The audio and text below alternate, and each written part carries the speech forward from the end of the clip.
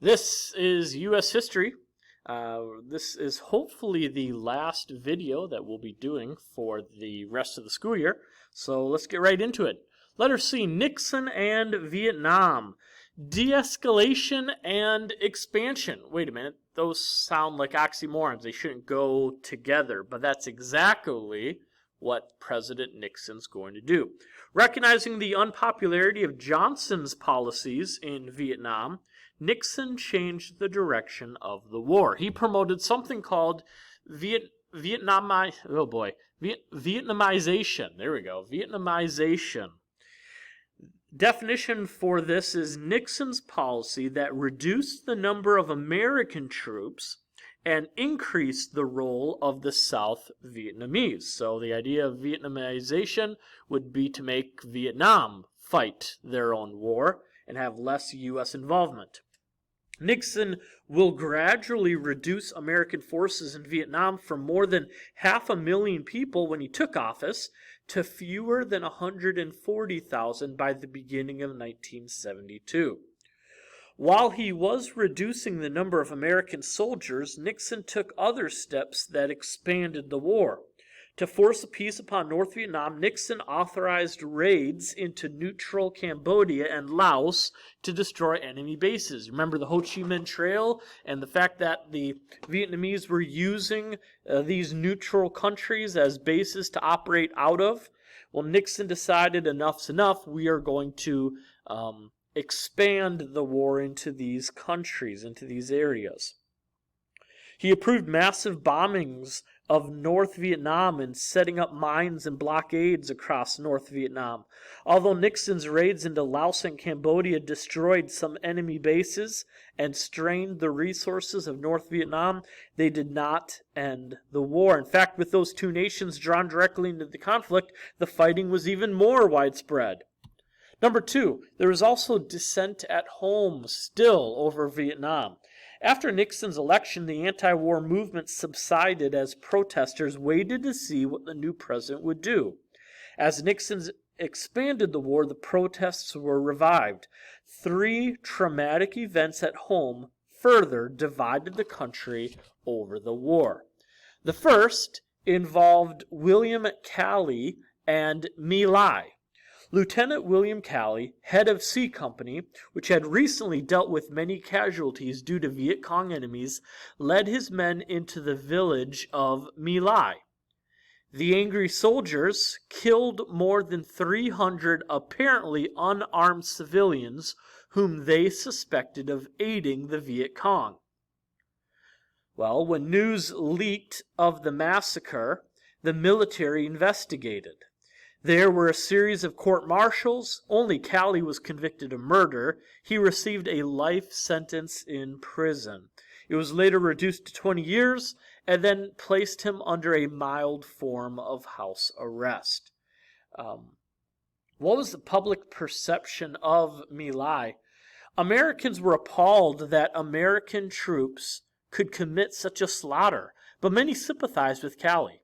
They believed that either the Army was making him a scapegoat to cover for other officers, or the anti-war movement was persecuting him in anger over the whole war effort. Either way, that was one incident. Another one was letter B, the Kent State situation. Demonstrators protesting the war rioted and even burned an ROTC building at Kent State University. The National Guard was called in. A group of protesters taunted them and hurled rocks at them. A few of the soldiers panicked and fired. 4 students, 2 of whom were simply walking to class and had nothing to do with the protest, were killed. So 4 students were killed by National Guard people. So the question is, who is right? Who is wrong? The Kent State incident revealed the deep division in the nation over the war. Was the National Guard members wrong for firing to begin with? Or was it the Kent State University students for taunting the National Guard and hurling rocks at them? One side considered the slain students martyrs for peace. The other side believed that the protesters were expressing a lack of patriotism and claimed that the students had it coming to them, as one person put it.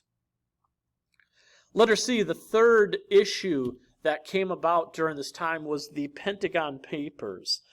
Pentagon staff analyst Daniel Ellsberg stole a number of confidential documents concerning the progress of the Vietnam War and released them to the New York Times. So, Pentagon Papers, basically these were confidential documents about the war, and they were published. Nixon tried to block publication in the interest of national security, but they were published anyways. Besides, the papers provided more embarrassing details about the government than actually giving away any aid to the North Vietnamese. The papers revealed the blunders and deceptions by Presidents Kennedy and Johnson. Readers learned, for example, that Johnson had actually drafted what became the Gulf of Tonkin Resolution months before the actual incident had taken place. Wait, what was the Gulf of Tonkin Resolution? That was Johnson's approval to escalate the war in Vietnam in the first place. Well, had he made this speech before the event occurred that led to us sending over 500,000 troops over to Vietnam? If that's true, then we've got some real questions that need to be answered.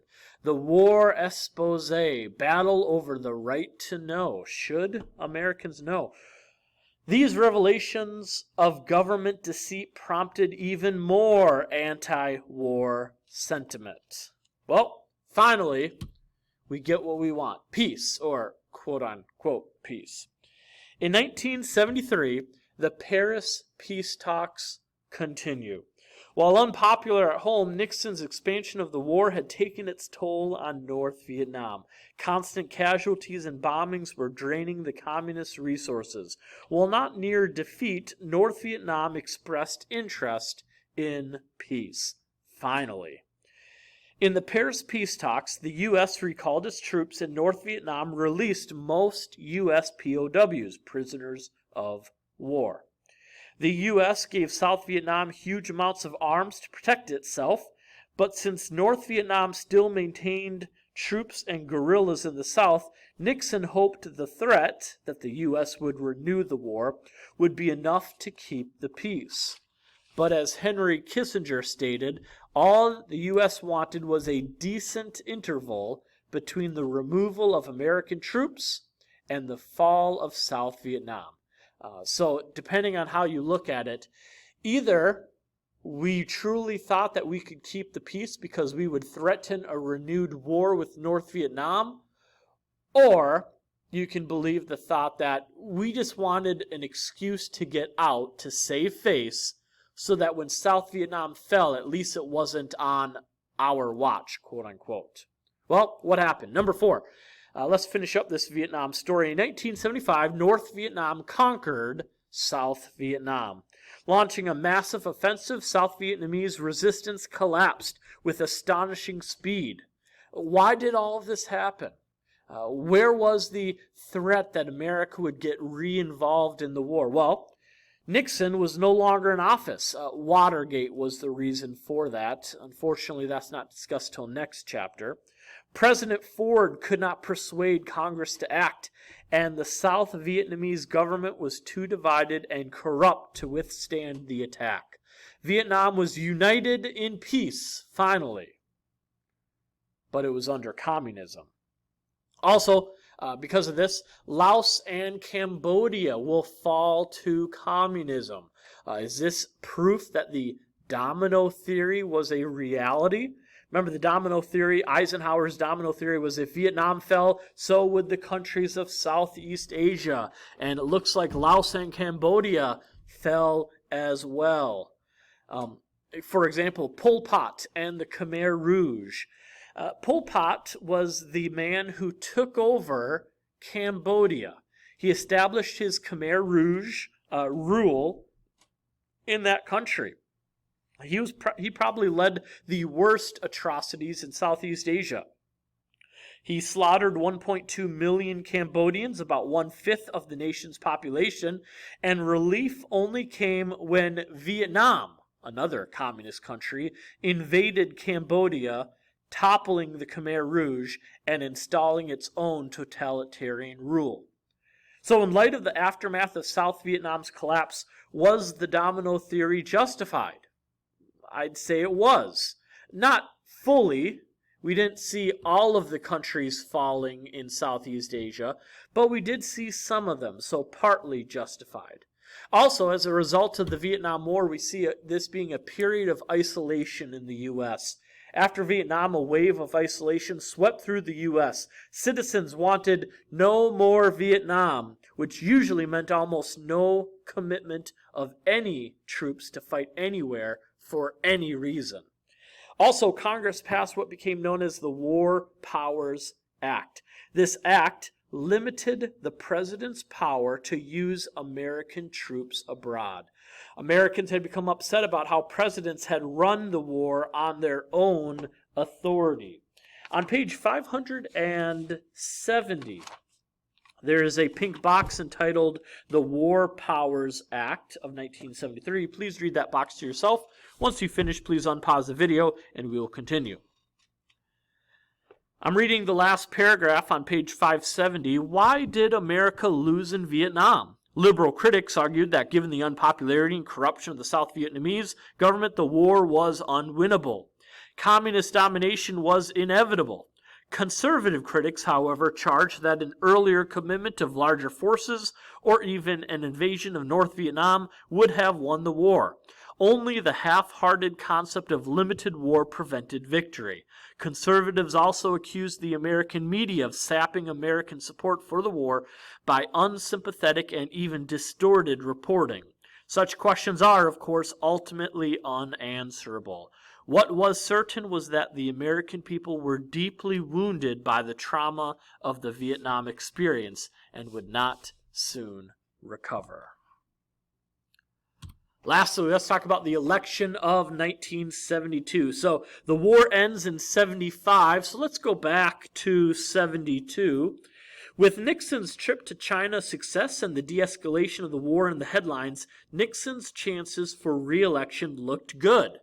Among the Republicans, he faced minor opposition from a liberal Republican who called him too conservative and a conservative Republican who called him too liberal. George Wallace, remember he ran in the 68 election, ran for the Democratic nomination on the platform against busing. He won several primaries in the South and urban areas in the North, but his election campaign would be cut short. A would-be assassin shot him in Maryland, cutting short his campaign and leaving him paralyzed and in pain for the rest of his life. So, in this election, it wouldn't be Wallace running against Nixon, but rather a man named George McGovern. McGovern was a liberal, the exact opposite of Wallace. Because McGovern was extremely liberal, his odds of winning were pretty bad. In a botched attempt to rally anti-war sentiment, McGovern claimed he would crawl to North Vietnam if necessary for peace. Word leaked out that his running mate, Thomas Eagleton, twice undergone electroshock treatments for depression. At first, McGovern supported him and then had him dropped from the ticket. 5 leading Democrats turned McGovern down before he could find someone else to run with him. In the end, Nixon wins the election, not just by a little, but by a landslide victory. Nixon won a huge victory. He carried 61% of the popular vote, and he captured every electoral vote except in Massachusetts and the District of Columbia. Thanks to the 26th Amendment, 18 to 21-year-olds were given the right to vote for the first time. The logical argument was that if a person was old enough to be drafted to fight and die for their country in a war, they should have the right to vote too. A bit surprising to most was that 18 to 21-year-olds had won the lowest turnouts of any group.